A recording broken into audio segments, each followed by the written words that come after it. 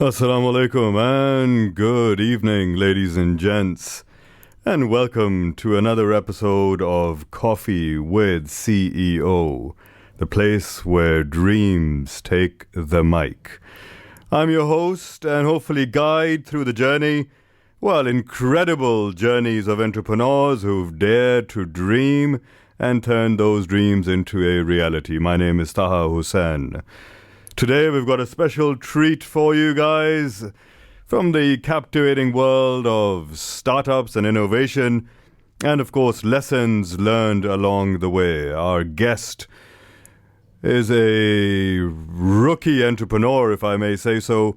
She's had her first experience of entrepreneurship, belongs from a family of entrepreneurs, but has had her first experience of entrepreneurship. And I can assure you that her story is bound to leave you both motivated and enlightened. So get ready and buckle up and let the entrepreneurial magic begin. This is Coffee with CEO. I am Taha Hussain.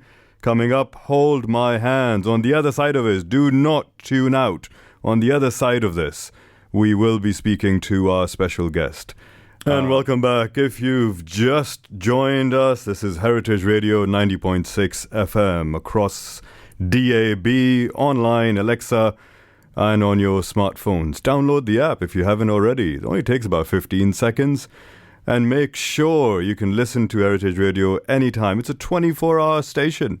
24 hours a day. Tune in. Download the app. You can go to Play Store or the App Store.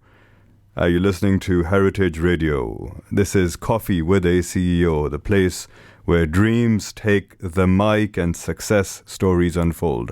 As promised, today we've got a special treat for you guys as we delve into the captivating world of startups. We've got Aisha Shahab on the line with us. Assalamu alaikum, Aisha. How are you doing?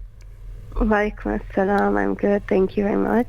Aisha, firstly, I've got to say thank you very, very much for joining us today. I know you're under the weather a bit today, aren't you? I am, yes. I was trying to postpone it, but anyways. I know you tried hard. I know you tried hard, but it's not going to work. We want you on this show. We want to talk to you, Aisha. How are you doing? How is the flu now? I'm good. It's good. It's good. It's better now. Thank you. Is it in the air? Is that what it is? Yeah, it's the weather actually. At the moment, the weather is kind of acting funny. So I think I just got it from there. It's that time of the year, isn't it? It's that time of the year.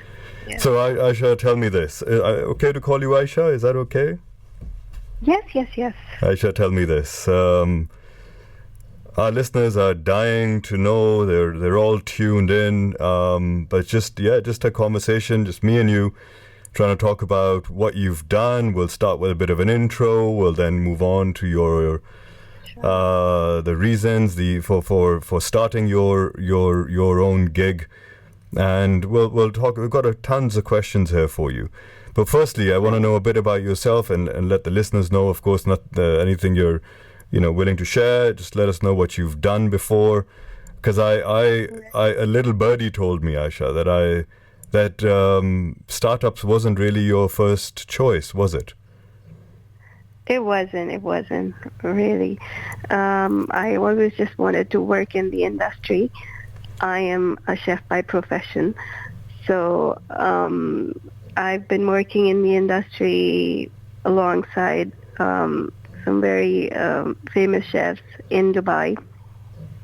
So I was having a good time over here actually.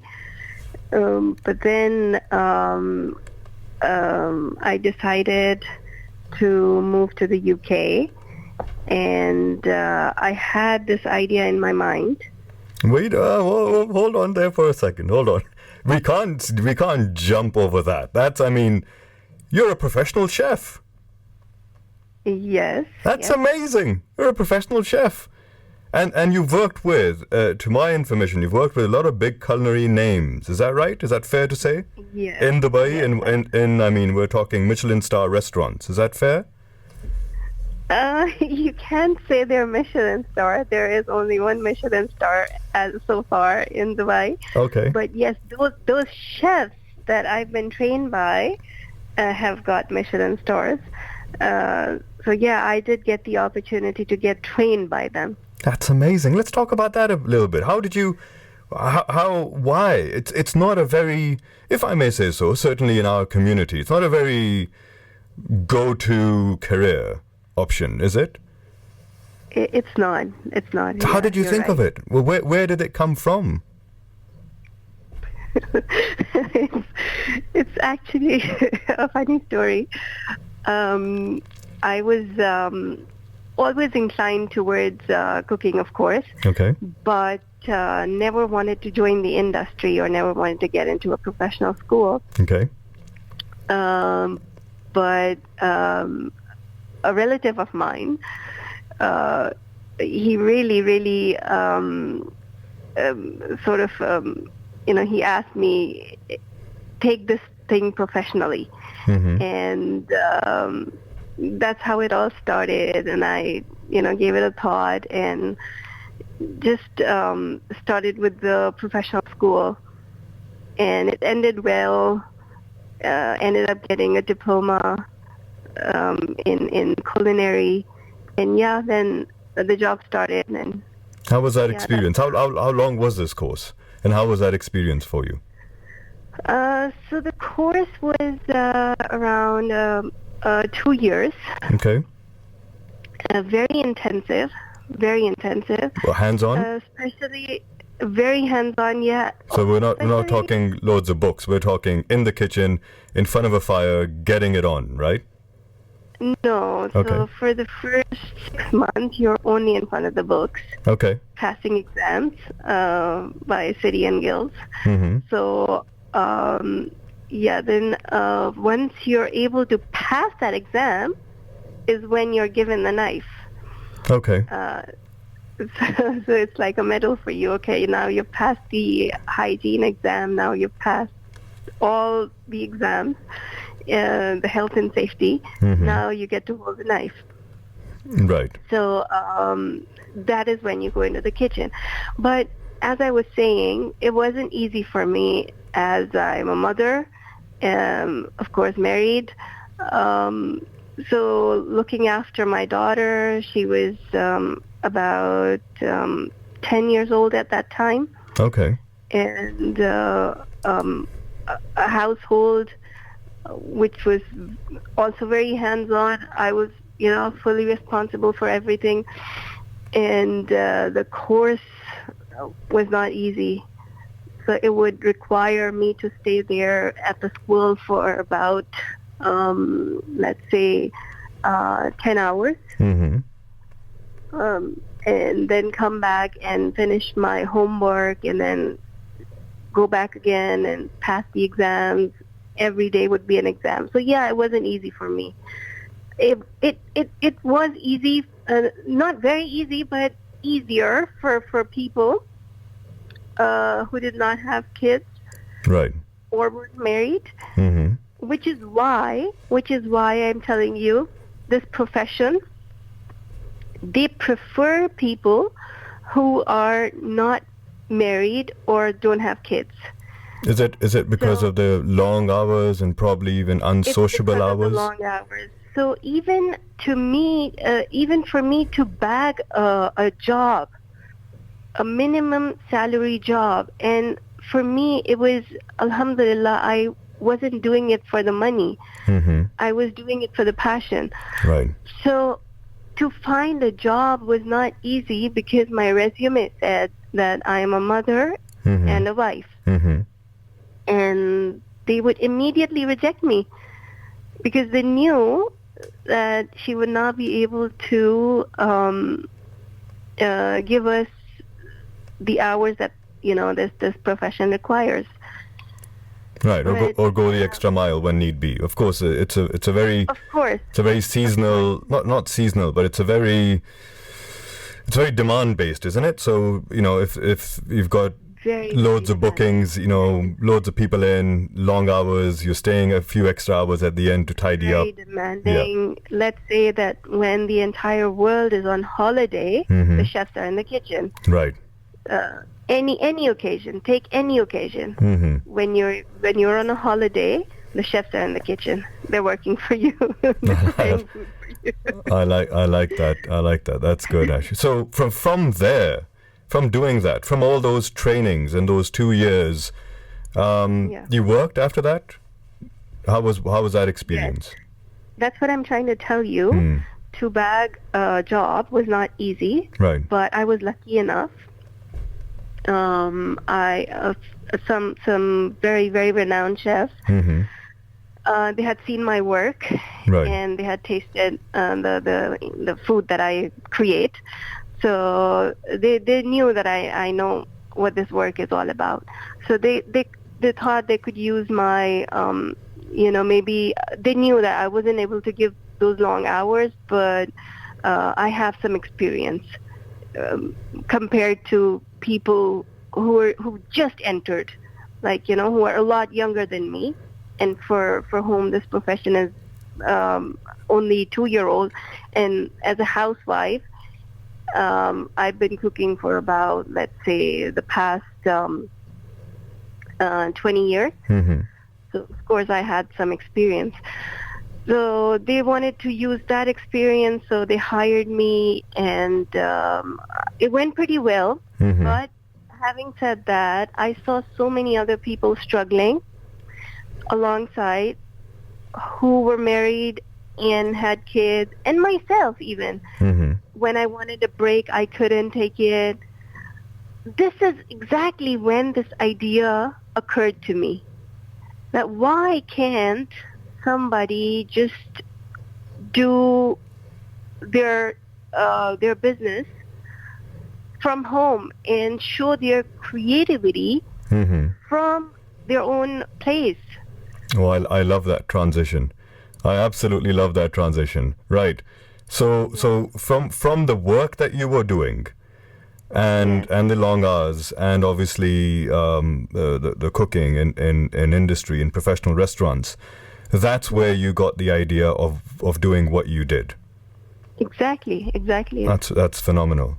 But that's also the reality, because in most circumstances you see the entrepreneurship is either driven by necessity or opportunity, or it's driven by sheer stupidity, because most of the people who end up becoming entrepreneurs are actually employed by businesses, and in a lot of cases, research suggests that these ideas are brought up with the people that they're working for, and they don't get time of day, and that leads to that certain, all right, I'll go out and do this myself kind of thing. So this is phenomenal. Now I want you to hold on to that thought just there, because this is amazing and everyone wants to listen in.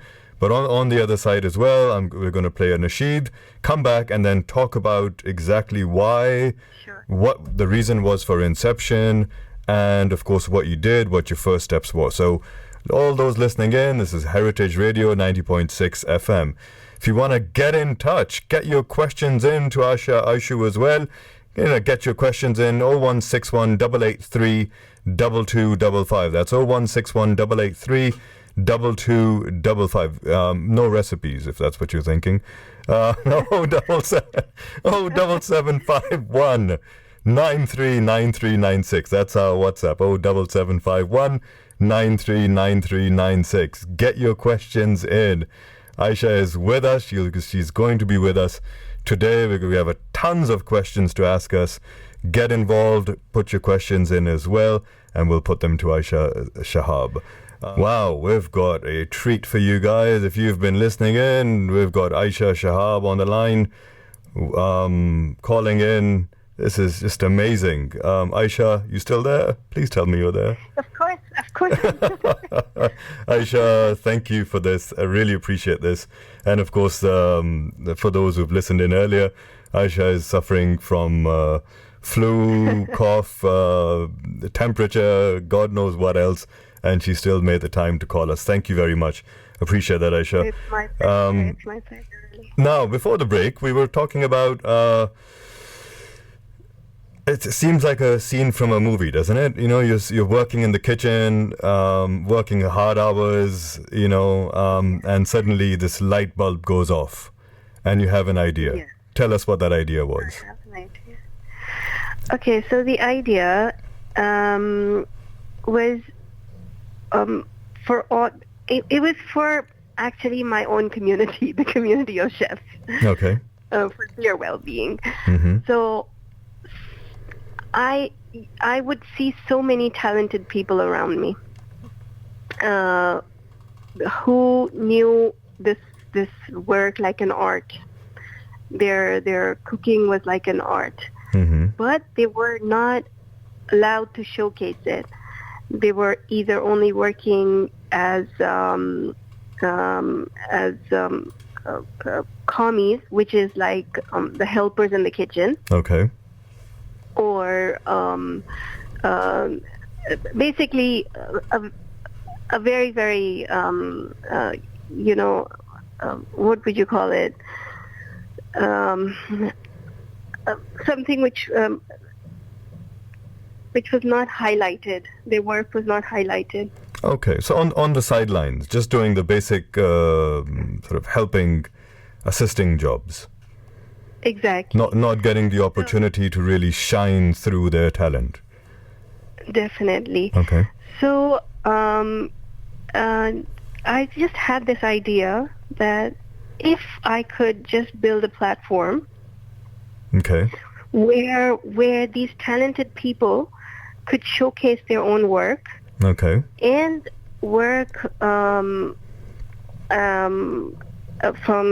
the comfort of their home. Uh-huh. Of course, it's like not as comfortable as sitting on the chair. Of course, they're working in the kitchen, Mm-hmm. but compared to going out to a restaurant and following the hours, so working from their own house Mm-hmm. and their own time, Okay. and being able to give time to their kids and their house. Right. Why not? Why not? Why can't we do that? So a platform. Sorry, go on. Yeah, and of course that was for myself too, Mm-hmm. because I knew I was talented, but to be able to make a big name is not easy in this market. Mm-hmm. So starting small, and starting with not a lot of money, not a lot of funds, Right. but starting somewhere Mm-hmm. is not easy. Right. You know what I'm saying? So when you don't have a lot of funds and you have the talent Mm-hmm. and you want to start a business, Right. what do you do? What do you do? It's catch-22, isn't it? That's exactly what, I don't know, probably all 100% of, okay, I shouldn't say 100%, 99.9% of entrepreneurs face every single day. The issue about, having a great idea but don't know what to do with it. The issue about, I can potentially even begin something, but I don't have the funds for it. Or I don't have the funds to survive or to sustain. Or do you know what? And you did mention that in your case, alhamdulillah, you weren't in a situation where you were dependent on this financially. But a lot of people are not in that position, right? A lot of people are in a position where to do something, they might have to leave their 9 to 5. So it is definitely a catch-22. I can so relate to that, Ashu. Yes. So, that's where the idea came from, and it was a platform where the chefs could showcase their work, Right. and sell their food, their art, Mm-hmm. from the comfort of their house. All right. So let me get this straight. So you would have chefs, and you mentioned the word platform. And by the way, for those listening in, platform is the biggest buzzword these days, because if you go to something like a Dragon's Den, which is obviously a very dramatized for television. But if you go to venture capitalists, you go to for seed funding or pre-seed funding, these are terminologies that we use in the realm of startups for getting started. If you go there and you've got to pitch your idea, which is very similar to what happens in Dragon's Den, but you're just sat there, round table, giving a PowerPoint to people who may or may not invest, right? Platform is the buzzword these days. Everyone wants to know whether or not it's a platform, because the idea of a platform, to those listening in, just to explain, is basically connecting people with people. So imagine the likes of sort of Ubers and Deliveroo's and Airbnb and all of these are what we refer to as platforms. Like, for example, Airbnb doesn't actually own any homes, not to my knowledge at least. But it's got thousands and hundreds of thousands of homes and buildings and hotels and everything else listed on it. And it's that platform is the idea where you're now connecting, the end user, the end consumer, with the person who has a service or product to give. That's the idea of a platform. So when you say platform, what you're saying, Ashu, is that you made this for chefs? Yes, we made this for chefs, but chefs who were selling home-cooked food only. All right. Well, that's a twist. It was, yes. It was not for takeaways. Okay. It's not for fast food joints. Okay. Only people who want to sell authentic home-cooked dishes. Oh, I like this. I like this idea. Right. So home-cooked, but cooked by chefs, right? Proper trained professional chefs. But home-cooked meals from the comfort of their homes. So you see, sorry, I'd like to correct you over here a bit. I am a professional chef. Okay. Yes. The training has given me a lot. Yeah, I've learned a lot. Yeah. Mm-hmm. But if you compare me to my mother or my grandmother, okay. I would say that I am zero in front of them. Okay. I still don't know anything. Their knowledge of cooking and their experience of cooking and the authentic dishes that they cook, I still can't get a complete a hold on it. Right. The way they do it. Right. So this was the idea that, yes, the people who were to join the platform, they had to pass a certain hygiene test, of course, hygiene and safety, but they did not have to be professional chefs. Because what I believe is that cooking is an art. Right. You do not have to go to a school to be a chef or a talented chef or a talented cook. That's powerful, That's very powerful. Go on. Yeah. So there could be in your neighborhood a granny who makes amazing brownies or strawberry preserve that you've never ever tasted in your life. You're making me hungry now, Ashu. She could be from Ireland, she could be from Austria, she could be from somewhere in Asia. She could be from anywhere. Right. It could be a granddad too, of course. It could be you, by the way. I highly doubt that. It could be you, just making amazing burgers, maybe. Oh, I like that one. You never know. You never know. Maybe you like to do it on the weekends for your friends, and your friends tell you that, oh, your burgers are out of this world. So why not? If you know how to do burgers, then why shouldn't other people get a taste of it? Authentic homemade burgers, why not? Right. So, this was the idea. Okay, right. I stand corrected. So not just for professional chefs. This is a platform where you could order food from within your neighborhood, from within your city, of people who have enormous amount of experience, or can do some of cooking at home. Naturally talented. Yeah. Right, and you get them to do whatever they do best. And homemade, because look, we all love eating out, right? We all love eating out. We all love eating out, but believe me when I say this, that if you've had an Italian takeout, or if you've even been to an Italian Michelin star, okay? Right.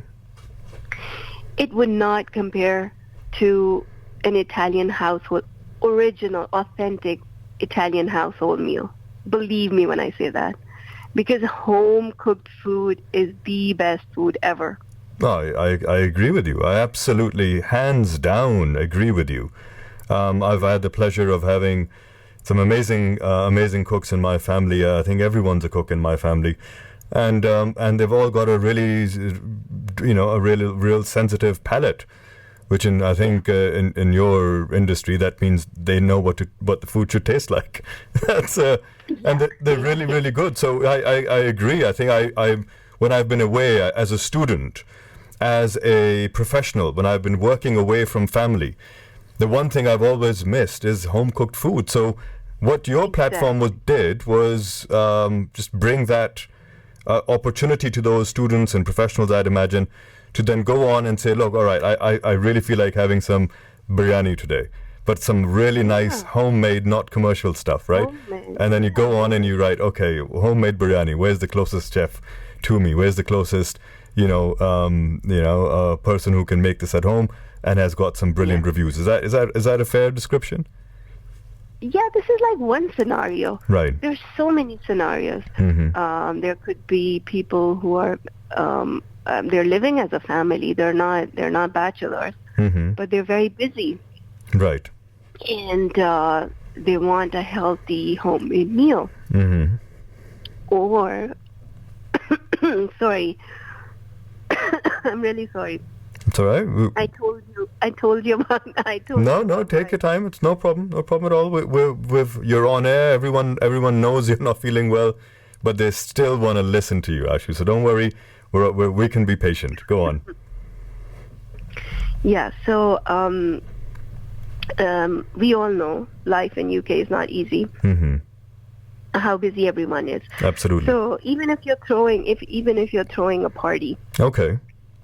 You can order from these people, right? And they can help. They can help with the catering, big orders. You're busy with your child's birthday party, or let's say any other party, right? Your friend's farewell or anything. So these people can help you out, and weekly meals. They can provide you healthy weekly meals. Or if you're a foodie like me, I would want to taste authentic food from every nationality. That's what I would do. And me, given the opportunity, absolutely. Who wouldn't? I would love to do that. I was in London the other day, if I may add, and I was searching around. I was working in London for a couple of weeks, and then as you said, you're busy, and obviously I'm living in a hotel, so I can't really cook for myself. And I was like, all right, so what should I try? And I found this really secluded place, and they were selling Uzbek food. I'd never tried Uzbek food before, and so from Uzbekistan, authentic food. And I've got to say, they slow cooked lamb just with salt and dill flavor and nothing else.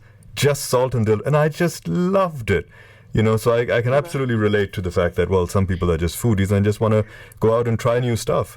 That's brilliant. Tell me this. We've discussed your idea. I absolutely love it. I think it's brilliant. It's a platform. I think it's a great buzzword. as well. I think it's a great opportunity for people who are home chefs or homemakers, people who have expertise in cooking, years and years of expertise, to put it to practice, to showcase their talent from the comfort of their own kitchen, if we may say so. That's brilliant. I love it. And of course, on the flip side of it, the end consumer can benefit from good quality, homemade, reliable food. Now, that's brilliant. Tell me, what was your first step when you thought of this idea? Of course, first step, execution. Okay. Who will do that? So, as I've told you, I'm a chef. Mm-hmm. So, a business, of course, come from a family of businessmen. Mm-hmm. But I have never done I've never done a startup ever in my life before. Right. So the first step was how to start and where to find the right people. Mm-hmm. Like-minded people who could help me build the platform and then execute it. Brilliant. So you went out looking for a team. Yeah. Good stuff. And what did you do? Where did you find them? Through family and friends. We had some meetings, and we spoke about the idea, Mm-hmm. and some people were interested. And these are let me tell you the timeline. So when this idea was coming up, Mm-hmm. COVID was on its peak. Right. So although I had this idea before COVID, Mm-hmm. I started working in the industry and the idea came to me before COVID. But in COVID, it just made more sense because there were so many layoffs and even the chefs were all sitting home. The restaurants were closing down and the takeaways were closed. So this was making all the sense to everyone in the world. And so many people had lost their jobs. So the people that I spoke to Mm-hmm. were in those times not doing anything at all. Right. Because of, sadly, COVID happened. Right. So yeah, we started from there. That's And, usually, if I may say so, that's a very go-to place. So if you got an idea, first thing is you take it to your friends and family, right? And that's a form of testing to see, all right, I've got this idea, how does it sound? And then, of course, that's where you start to initially, in most cases, you build a team. That's fantastic. Now, when we come back from this hourly break, what we're then going to do is talk about the challenges that you faced with these the team dynamics. So we know for a fact it's not easy working with friends and family. So we're going to talk about certain challenges, whatever you're open to share and enlighten us with.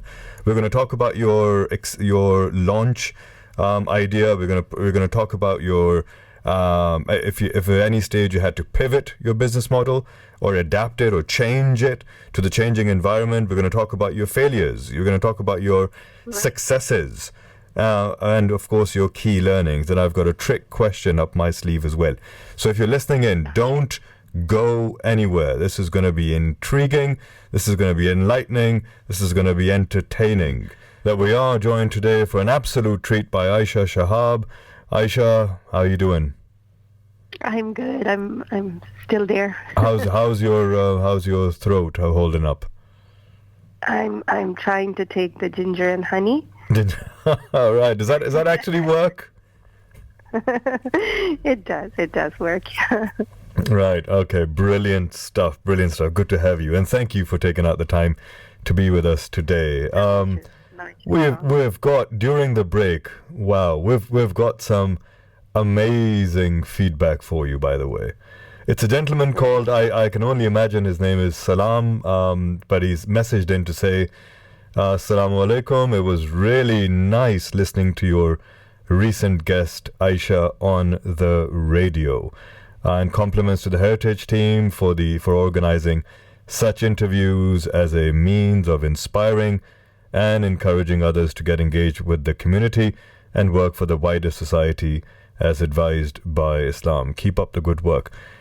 That's very nice. It's phenomenal, and thank you to the gentleman. I believe his name is Salam, but I could be wrong. Thank you to that gentleman, because it just highlights the impact that discussions like these have for people who out there. And look, we can bring in the big guns, right? We can bring in, I don't know, huge names, but it's very difficult to relate to people if they haven't gone through the struggles that you're going through right now. Which is why I think people like Salam and other people who have messaged in previously are very interested to hear what you have to say, because they can relate to you. They can relate to the struggles of being a homemaker. They can relate to the struggles of, managing family and kids and having, an immersive and ridiculous amount of talent. And the desire to do something with it. They can relate to this stuff, and that's why I think these interviews are so powerful. So thank you for being here, Aisha, and thank you to that gentleman for messaging in. Really appreciate this, guys. Keep these messages coming in. Keep us motivated at 8:15, 8:16 now in the evening. Keep us, let us know how we're doing, and obviously any feedback is much appreciated. Right, Aisha, I've got some difficult questions for you. Are you ready? Okay. Yes. All right. So before the break, you mentioned working with friends and family. Tell me this. When you shared your idea with them, what was obviously, I'm not asking you to point out individuals unless if you really want to pinpoint someone and take the fall and throw them under the bus. Feel free to do it. We absolutely love that on this radio show. But if you don't want to pinpoint someone, just tell me on average, on generalize, what was their reaction to you saying, right, I've got an idea, I think we should do something about this? They were immediately ready for it. All right. Because they had, because it is a brilliant idea. Not that I'm not just saying that because it's my idea. I love it. I love the modesty there. I am very humble with what to do, but sorry. But yeah, they were available, as I was telling you. Right. Thanks to COVID. People had lost their jobs, and this idea. And if a person is coming to you with an idea and the funds, okay, why would you say no to them? Okay, so just have to, yeah. Go on. Yeah, so if you are asking them for their expertise, and they just ask for their expertise a share of equal equity, is that what you call it? Yes. Yeah. So and then you agree to it. And basically, in business terms, I think it's called a sweat equity. Correct. So their experience into the business that they will bring, and they will get an equal partnership to it. So it's actually a win-win situation. They don't have to do anything. A person is coming to them, asking for their time and their expertise with the idea and the funds. So all I was asking was for their expertise and their time. So why would they say no? So they immediately jumped in. So this was a direct, if I may add, or summarize, a direct consequence of COVID and them being out of work, that this opportunity, apart from it being a brilliant idea that you forthrightly put earlier, apart from that, which I think it absolutely is, jokes aside, but apart from that, I think the opportunity presented it in a time where it also made sense to them on a financial basis, on a opportunity basis. Is that fair to say? Yeah, of Right. course.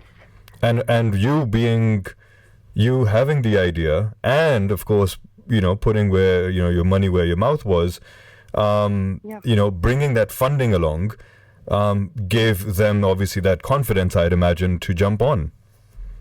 Yes. All right, brilliant. And they agreed. And they agreed. And then, like you said, then you had a situation where you were giving the funding, and they were for their part of equity, were putting in the expertise to develop this platform. Is that what their part was? Yes, it was to develop the platform, do the marketing, handle financial issues, and so many other things. Okay, and how did that go? So I ended up doing everything myself. Right. Okay. So it was not fun. This startup was not fun. Startups are never fun. This I can tell you. It's like firefighting, 24 hours a day, 7 days a week. I mean, it's always like that. That's what startups are. Startups are a mess, right? And until you get to that phase where you're launching, you're freaking out because you don't really know what to do, and you don't really know what else can go wrong, and then everything goes wrong. Exactly. And the launch date and so many other issues and the freaking out, yes. And then I was handed over a platform again, a half-made platform, which I'm not a web developer. Right. I am a chef by profession. We all have our specialities, our expertise, yes. Exactly. So, but I had to become one because this idea is my baby. Yeah. And I had to get it going on time. So I gave it my best. So as I was telling you, the partner, who very, very happily jumped in during COVID, when he did not have a job, ended up getting a job, which is very good for him. Right. I'm very happy for him. But at the same time, it was not very good for us, for our business. Right. Because our partner ended up having zero time for the business. And in about 1.5 years, they hardly gave us maybe 10 days or 15 days of their sweat equity. Okay. Air quotes. Yep. Which is equal partnership to everything, the company, profit, everything. Right. So I am working day in, day out, trying to do the chef onboarding, the marketing, web development, whatnot. And I found myself without the right resource, which in my case was a learning and it was very hard for me, but yes, I learned from this experience.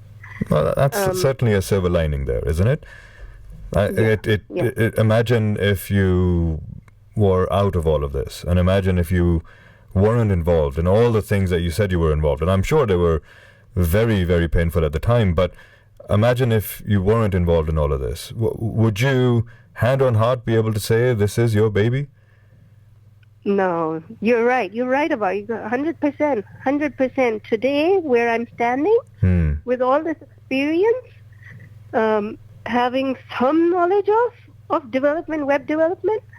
I haven't become a developer yet, but yes, I can talk to developers now Right. and tell them what to do. Right. I know so many terms now that these people use. Right. Right. Because I had to coordinate with them. Yes. So, where I am today is because of all that I've been through. Mm-hmm. But having said that, it was not fun. Yeah. Right. It was not fun because there was a lot of hard work involved. There was money involved. There was time involved. Time is money. Mm-hmm. Time is more important than money. This idea had to be launched at a certain time, Mm-hmm. in a certain way, which I couldn't do, and it was very heartbreaking for me. Very, very heartbreaking for me. Because obviously, as I told you, where the idea stemmed from, how I left the comfort of one country and shifted to another just to start this business. Right. So it wasn't easy. Yeah. I can imagine. So that's the challenges faced, right, and dealt with. And what was it, Tupac, who said, what doesn't kill you makes you stronger? Really? It was Tupac who said that? I think so. I don't know. I'm probably making this up. But it's a nice line. I'll take credit for it. I said this, right? whatever. What doesn't kill you makes you stronger. Well, isn't that the case? Did you feel like that? Did you feel on the other end of it that you came out stronger from this? Came out stronger, yes, definitely. Learned a lot. Mm-hmm. Will I do this again? Yes, but I will never repeat the mistakes. Oh, never. We love those learnings. Of course, yeah. Right, okay, we'll get to the learnings at the end, right? We'll get to the learnings. Tell me this. You've now got assuming you've now got into a situation, I'm just sort of fast forwarding a bit. Now you've got into a situation, you've gone through all those challenges, you've learned how to be a web developer, an app developer, you've learned how to be a marketing guy, girl, business development. You've learned all of this. You're dealing with these people. Now you're getting to a stage where you're about to launch. What was going through your head? The response. Okay. The response that I was going to get from the people. And what did you think at that stage? What did you think the response would be? The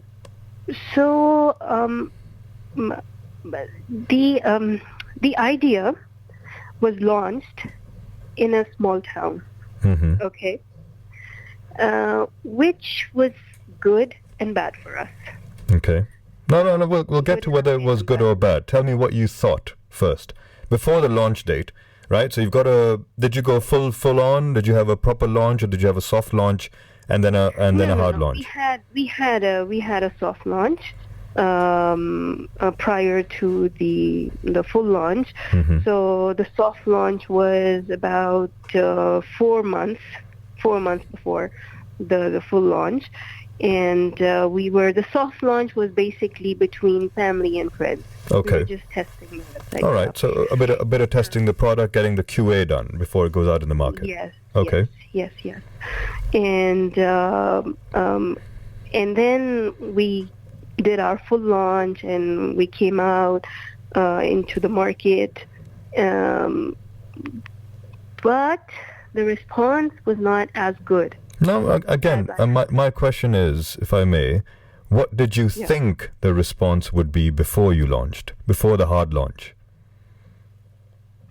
Oh, I was expecting huge turnaround, honestly. Okay. Yeah, I was expecting a huge, if not immediate sales, but a lot of followers. Okay. Like, a social media hype. Okay. That's what my expectation was, but it did not turn out that way. And why not?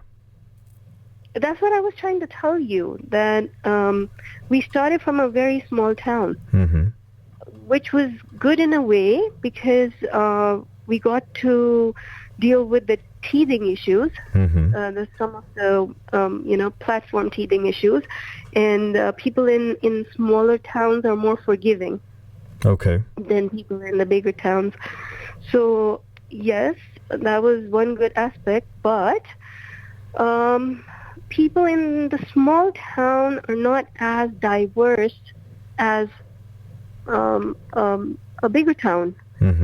And I personally still believe that if I had launched in a bigger town, the response would have been much better. Okay. All right. Well, that's another key learning moment that we can discuss, and what we would do differently, probably after our second break. But just before we do that, let's get one more nasheed in. Someone just like you. You're listening to Heritage Radio 90.6 FM. Before we go, Aisha Shahab on the line with us. Aisha has been extremely honest, forthcoming, and very, shall I say, modest in her take on that idea, Aisha? Yeah, you can say that. Yeah, that's a nice word. Aisha, tell me this. You. The reason I asked you earlier, I said, right, what was your expectation? And you said your expectation was, it would be a successful, large launch with a very large, footprint, following, and so on. And that didn't happen for you. The reason I asked you that question is, right, so something that you expected to happen didn't happen. How did you react? Okay, so I know this is a purely business question, but at the end of the day, we're all individuals and we all have our own faith. So yes, the faith in Allah, the faith in Qadr, right, is very, very strong. So the reaction was, okay, I've given it my best shot. I've done everything I could, but if it's not turning out the way it is, then definitely Allah has a better plan for me. So, yes, I just stayed quiet for a while. Quiet in the sense that the business stayed stagnant.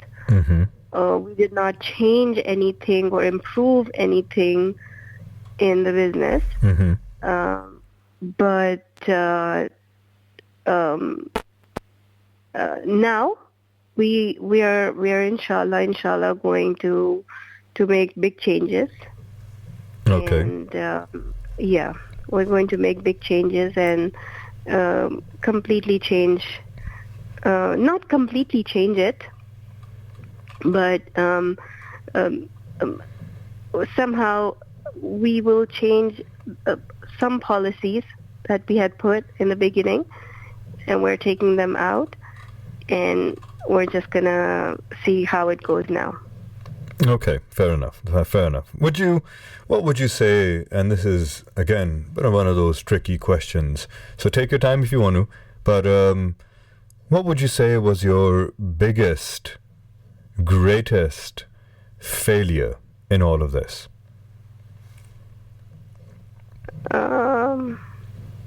Trust. On? Blind trust, basically. On? Human beings. Right, okay. So trusting people with, so you said blindly trusting people. Yes. Within your team? One advice. Sorry? Within your team, I'd imagine? Within the team, yes. Okay. So this advice that I would like to give to the people is that whenever you're doing your own startup, whenever you're starting up a business, please don't trust people blindly. Okay. Yeah, make sure that they will perform.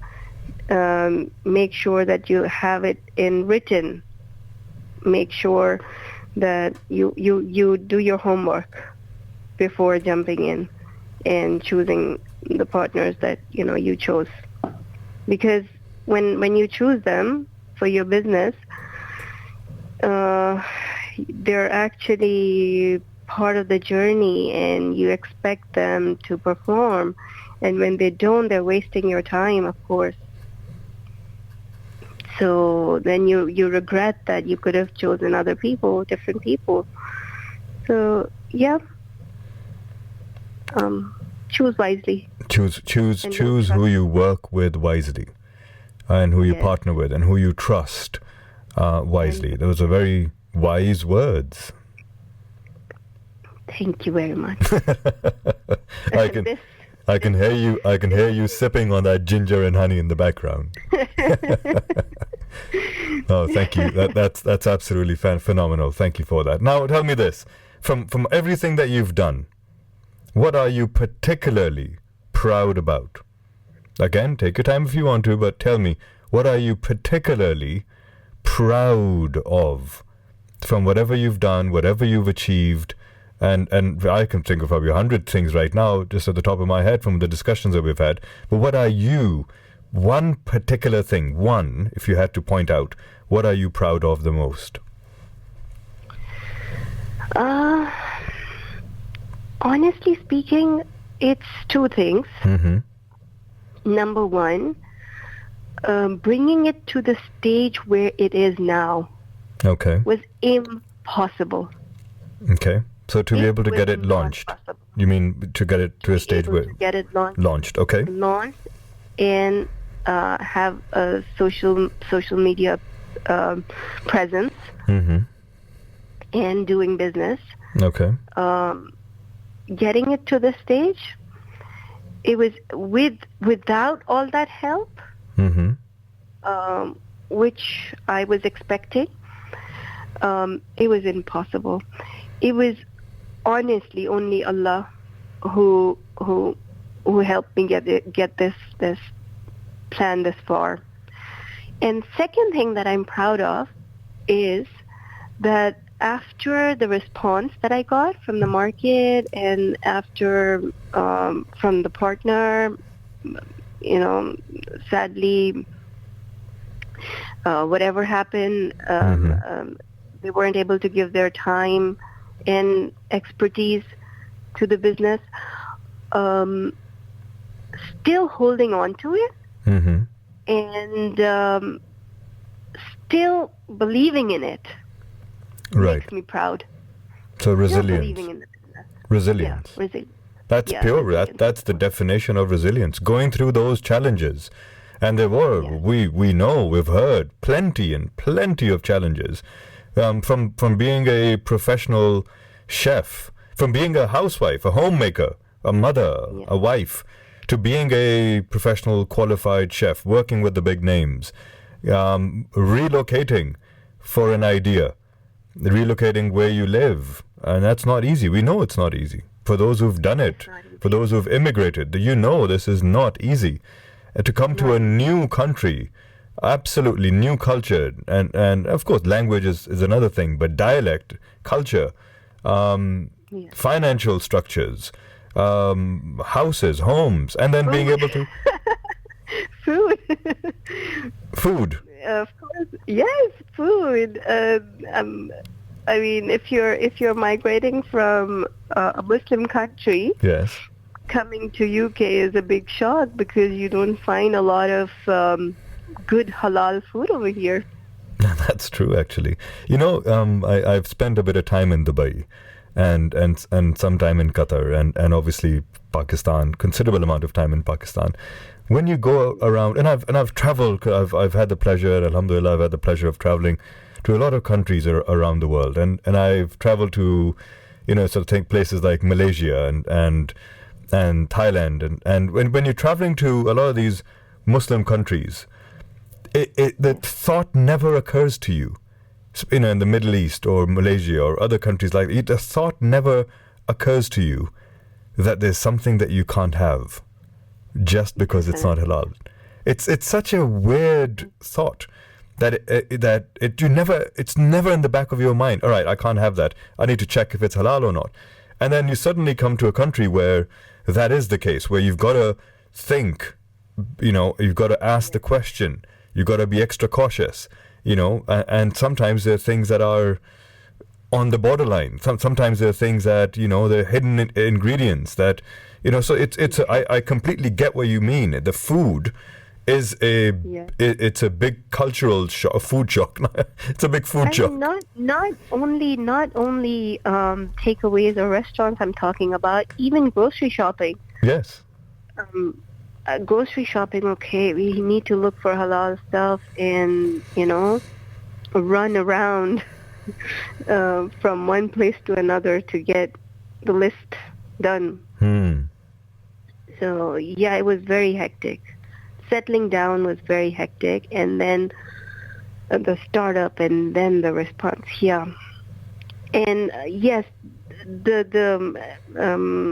I'm seriously very proud that I'm still holding on to it. As are we. I'm sure everyone listening in today is equally as excited for you and proud, and on your resilience. And I'd like to congratulate you for that, and that you've not only managed to, with all these challenges, and from where you started, to obviously the fact that you've been able to launch this, but also, the resilience to keep going and improve and make it better. That's phenomenal.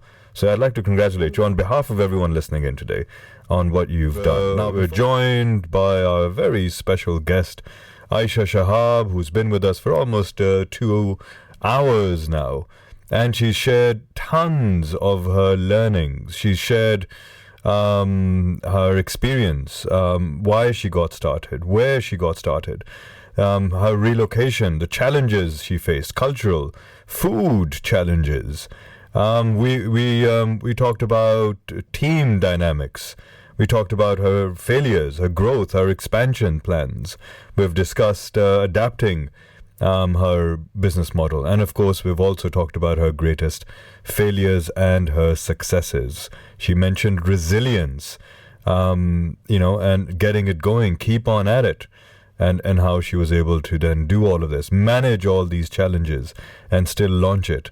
And even then, keep this baby of hers, in her words, afloat and keep it going. So it's been extremely enlightening. We've had some amazing comments from listeners as well. Thank you very much for sending in those messages. They mean a lot for me, I'm sure for Aisha, and also for all the other listeners as well. Aisha, how are you doing? Oh, very well, thank you. Right, so tell me this. Before the break, we talked about your greatest successes and your failures. And of course, your proud moments. Tell me this. Looking back now, I believe you're 2-3 years in, is that right? Since you first initiated this, inception, 2-3 years in? Yeah, almost, yeah. Okay, 3 years of learning. Tell me, what is the most important lesson you've learned in this so far, in this journey? One singular lesson that you think stands out ahead of everything else? In my experience, I would say yes. Choose your team wisely. Please choose your team wisely. And they can help you get through the hard times and the roadblocks, everything. Team is everything, believe me. Right. Teamwork is everything. I did do it on my own, but it could have been a lot better. if I had the right people to work with. So let me flip that across. I give you a TARDIS. You know what a TARDIS is, Aisha? Have you ever watched Doctor Who? No. Okay, all right. You ever watched Back to the Future? Sorry, you're talking to the wrong person. All right, let's. If I gave you a time machine, okay? Okay. I give you a time machine right now to this Aisha today on the 14th of December. Okay, in case you guys were wondering, this is live, by the way. On the 14th of December, all right, and at 10 past 9, I gave you a time machine. And I said, right, you can go to any point in the past and give yourself one piece of advice. What would it be?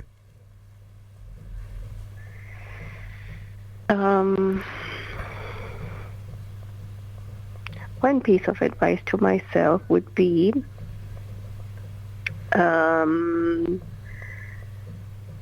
not to dive in the way I did. Okay. Yeah, having 100% trust. No, you're talking to yourself right now.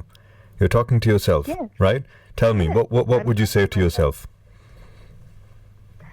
I would just tell myself to go over the details again, Mm-hmm. talk to the people, make sure they will be performing as they promise, Right.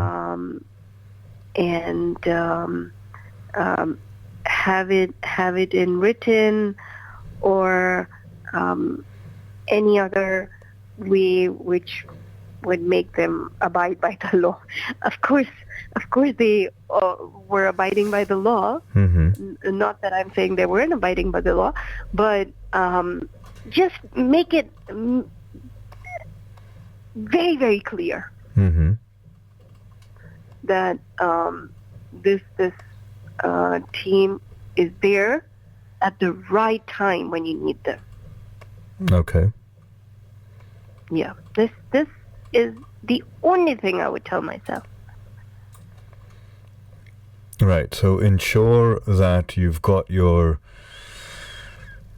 you know who you were working with, and of course with them ensuring that you've got everything in writing, responsibilities are laid out, cleared and agreed and signed upon, and yeah, so everyone knows what they're doing, what their role is within that team. Yes. Make it very, very clear Okay. what everybody's role is going to be. Okay, brilliant. Make it clear. Have clarity. Clarity is obviously one of the most important parts of leadership, of team management, of working and collaborating. Having clarity of thought, clarity of responsibilities, and of course ensuring that there is clarity of accountability as well. That's great. Very, very sound piece of advice to the 2-year. Sometimes when we're dealing with friends Mm-hmm. and people we know through family, Yep. we somehow tend to, we don't pay too much attention to details. Okay. As in, we don't ask too many questions. We don't put all the responsibilities that they are going to carry in place Mm-hmm. and talk about it beforehand. We just assume that everything is going to turn out the way that we are planning in our head. Right. But we should never forget that these are human beings that we are dealing with. Mm-hmm. Yes, they are our friends, but they have their own set of circumstances. and their circumstances can change, Yeah, okay. due to which they will change, and they won't be able to perform as promised. So you will be at loss in the end. So dealing with friends and people you know through family is very, very tricky. If you are ever trying to bring into your business people that you know, Mm-hmm. make sure you do double the homework that you will do with a stranger. I like that. Okay, so be extra cautious when you're working with people that you know, you have history with, whether it's a relation, whether it's a friendship, whether it's any social arrangement, but be more cautious when you're working with people like that. Is it because of hesitation? Is it because of trust? You mentioned blind trust in the beginning. Is that what it comes down to? Yeah, it's not hesitation, to be very honest. Mm-hmm. It's more like blind trust. Right. Because you've known them and you've seen them in their daily lives. You think, okay, they will never ever not cheat would be a wrong word, but They wouldn't let you down. they wouldn't let you down. Yeah. Right. Yeah, that But that things makes happen. sense. Things happen. Circumstances change. And people can be very, very different in their personal life as they are in their professional life. Isn't that right? Definitely. Definitely. So if you've been Definitely. dealing with someone, let's say a friend or a family member, and you trust them, you believe in them, you've dealt with them on numerous occasions, and they've never let you down. But that's in their personal capacity, and them in their professional capacity, they could be very, very different. Their ethics could be very different. Their commitment could be very different. Their work, their culture of work could be very different. Their understanding of their responsibilities could be very different. So jot it down, get it, in concrete, get it signed, is what you've said. Yeah. All right, brilliant. Brilliant stuff. Do you look up to someone, Aisha? Do you have role models? Do you have people who you think, right, this is who I want to be like? This is, I look at their journey and I think, I'm inspired by their journey. Do you have people like that?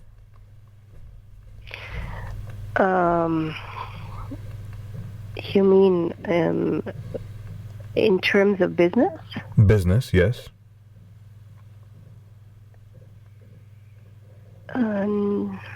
Could be personal. I don't know. Could be something that inspires you about someone.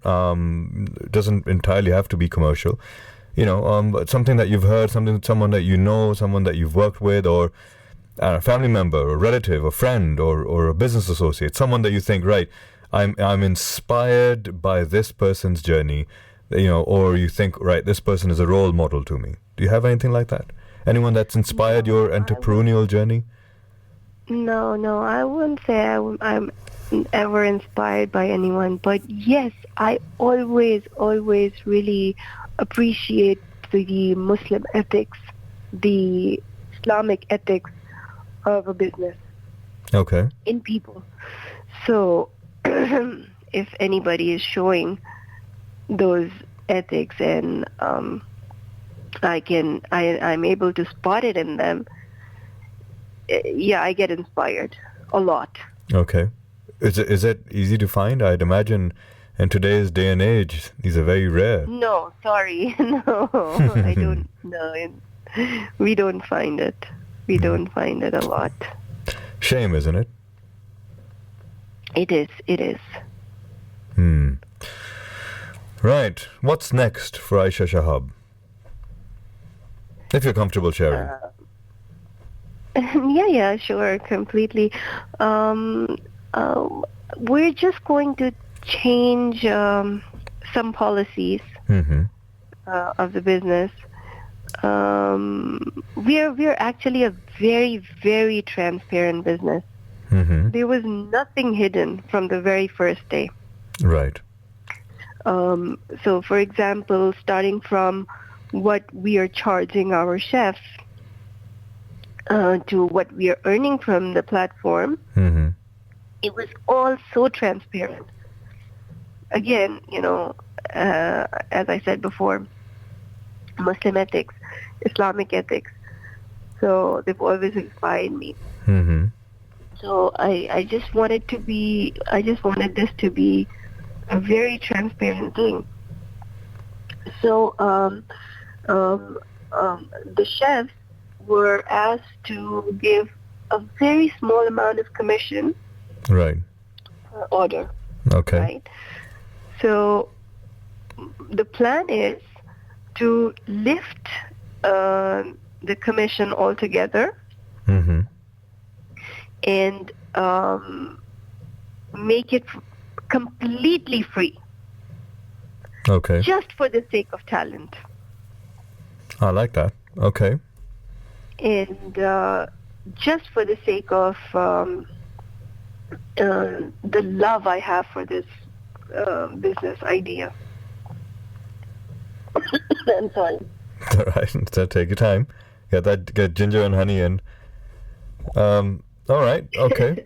So just so, would you say that it would be more operating as a not-for-profit then? Well, Allah knows best how we can make profit. There are so many other ways of making profit. Okay. But to start with, yeah. Okay. All right. Fair enough. Well, I must say, Aisha, it's been an absolute pleasure to have you on board, to have you on today. I know it's been almost 2.5 hours, so thank you in your condition. I know that you weren't feeling well, you were a bit under the weather, so thank you for agreeing to this. Thank you for sticking to your commitment. No, thank you so much. And thank you for providing the insight into an entrepreneur's mind, the inception, the idea, how it came to you, what you did, what your first steps were, and of course all the challenges that you faced, all the decisions that you had to make, all the resilience that you showed, and of course you taking this all the way, ensuring that this baby of yours that you said was launched and was launched successfully. And on behalf of everyone listening in, on behalf of all the listeners, all the people who have messaged in as well, I say this, I say congratulations, and I say well done, and we all wish you the very best for your future. It has been an absolute pleasure. Thank you very much. Thank you. Thank you. And take care of that throat of yours. It doesn't sound very nice. I'd imagine there's going to be a lot more teas going in there. Oh, yeah. Thank you very much, Aisha, and take care of yourself. Assalamu alaikum. Thank you. It's my pleasure. Walaikum salam. Ladies and gents, what an absolute pleasure that was. What an absolute pleasure. Listening in to all those learnings, experiences, mistakes, failures, successes. It's been amazing. And I hope you've picked up something. I hope, and this is the only reason for this show, is that if you right now, you are listening in to this program and you're thinking, I have a great idea. I want to be my own boss. I want to have my own gig or a side hustle. Or you're thinking, do you know what? I need to do something else. I'm not built for 9 to 5. Or you're thinking I've got a stable 9 to 5, but I want to do something else. I want to plant my own seed, see something grow, be proud of something. Or as Aisha said, have a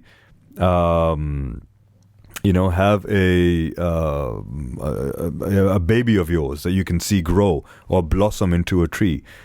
This is the show, right? This is the show.